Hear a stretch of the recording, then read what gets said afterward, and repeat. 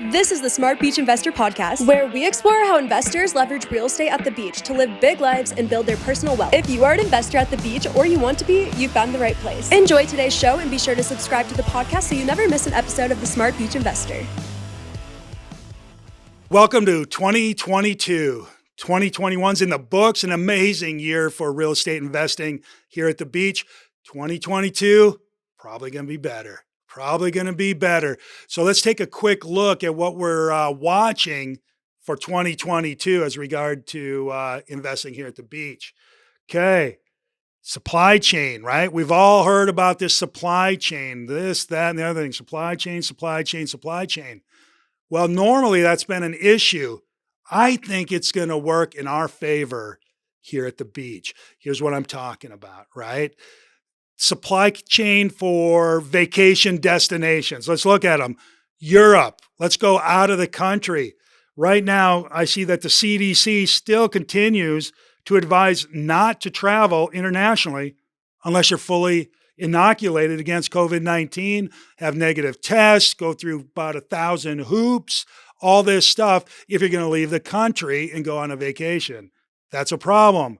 Even bigger problem might be coming back, all right? You leave the country, cool, you get there, you do your thing, I don't know, mask, vax cards, whatever, while you're there, but you still have to come back. And that means COVID tests and everything. Matter of fact, Brittany, our producer for the show, she went to Mexico for Christmas. That's out of the country, right? Brittany, what happened? Tell me a quick story about what happened to you at Christmas time. Quick story is I went for a week and I came back 2 weeks later. Not complimentary. Right? So what happened? What happened? Why couldn't you come back? Well, you do not have to take a test to get into Mexico, but you do have to take a test and prove that you have a negative test to get back into the States. And me and my travel partner, we took the test and both tested positive the day before we were supposed to leave and were denied access to get on the plane. And I'm pretty sure positive is a negative situation for you getting stuck outside the country. You have things to do back here, fair? Yes, definitely had things to do. And there really is no way around it because your only options, I know all the details now because I've had all this time to do research, but you have to prove either negative or proof of recovery signed off by a doctor. But either way, you can't get around the quarantine time. Right. So we were stuck and we couldn't leave our room and we had to pay for it. And whatever you had waiting for you back home, you just didn't have an option. It had still waiting there and the cost to stay somewhere else. So if you're leaving the country, you better plan on if you can't get back and have some sort of a plan in place for that. It happens. You're not the only one. Is that fair to say? When you were down there, Brittany, was there others? Yeah, we had heard of a few others before us, but the group we were hanging with, they all tested negative and we're pretty excited. So we had confidence we would as well. But no, we weren't the first, and I'm sure we won't be the last, especially if there's not regulations for getting into the country. You never know if you even bring it with you. You never know if you get it there. Yeah, so traveling outside the country can be problematic, right? Look at the other vacation destination type of competition here in the supply chain. Cruises. Same situation going there. I just looked, CDC warning, avoid travel to this destination regardless of vaccine status, it says right on their website. Okay. Not a great endorsement to go on cruises. And I've seen reports, 150 people on a cruise. I saw a TikTok about this, matter of fact, where the people are on there. There's only 150 passengers. It sounds like kind of a cool thing, but the restaurants were jacked up because of that. They didn't open all the shops and the entertainment. It's just not so great, right? And again, you got to get back into the country and into your port and all that stuff. So cruises aren't so great. How about major cities, right? Have you heard about what's going on in our major cities? I saw, and I think Brittany's going to post a graphic here, murder rates, right? All-time records in 12 different cities here. I mean, it's amazing. 501 homicides in Philadelphia in the last year in 2021. Not a good welcome thing there, right? I saw that on the news too. I mean, was it yesterday or the day before in New York City? Some woman's hanging out in Times Square in the subway. Some dope pushes her into oncoming train. She dies. That's not cool, right? Friend of mine posts on Facebook. He lives up in Edina, Minnesota, a very highbrow suburb just outside of Minneapolis. That he heard over the weekend. A friend of his got carjacked at at a parking lot, in a parking lot. I mean, what the heck? What the heck? I'm not so excited to go to Portland, LA. What happened in LA? Some gal got killed working at a furniture store I saw on the news. So these big cities are not great tourist attractions right now. So the supply chain, when you look at vacation destinations, ain't so great unless, of course, you live in Florida or maybe Alabama on the Gulf Coast, right? Here's the thing about that. You can drive here, right? Throw the family in the car. You can drive here. No vax card, no mask, no nothing, right? The beaches are open. Florida's open. Alabama's open. Come here. And if you need to go back, head up back north, whatever. Just throw the family in the car and you're out of here. No hassles. So where the supply chain is hurting other vacation destinations, it is paying dividends here in Northwest Florida and Alabama on the Gulf Coast. And I see it. I see it because we operate, my wife does, Beach Days Vacations, and the phone is ringing off the hook with people coming here and renting. We're seeing it. In the winter there, anybody who owns vacation rentals here at the beach, huge win in 2022, right? A huge win, which is great. So we expect our rents to be higher in 2022. And that's probably also going to drive real estate values up in 2022 initially. Okay. Other things we're watching outside supply chain. All right. Interest rates. We're all hearing about these interest rates, the Fed this, the Fed that. Fact of the matter is, interest rates are going to go up. They're going to go up this year, people. And when they go up, matter of fact, I'm just looking right here. I just saw a report. Interest rates right now are as high as they've been since spring of 2020. Okay. And they're expected to go up here in March and April when the Fed comes out and releases their new reports. So what does that mean? Well, what we're seeing right now is buyers here in January already are jumping in. I think we have 44 properties closed or pending already, and we're at what, January 17th, 16th, somewhere around here.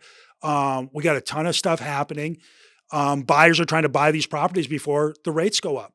I mean, it's just the way it is, right? When the cost to buy real estate goes up, it's going to make it harder for buyers to buy. So we're seeing them jumping in, which is interesting. If you're looking at real estate right now, or if you own real estate right now, could be a good time to sell because you can still get good rates right now. And there's a bunch of buyers. Okay. The next thing we're watching, okay, investors. I mean, investors have been going nuts buying properties all over the place. You hear about these things, these Airbnbs popping up everywhere and people buying in Florida.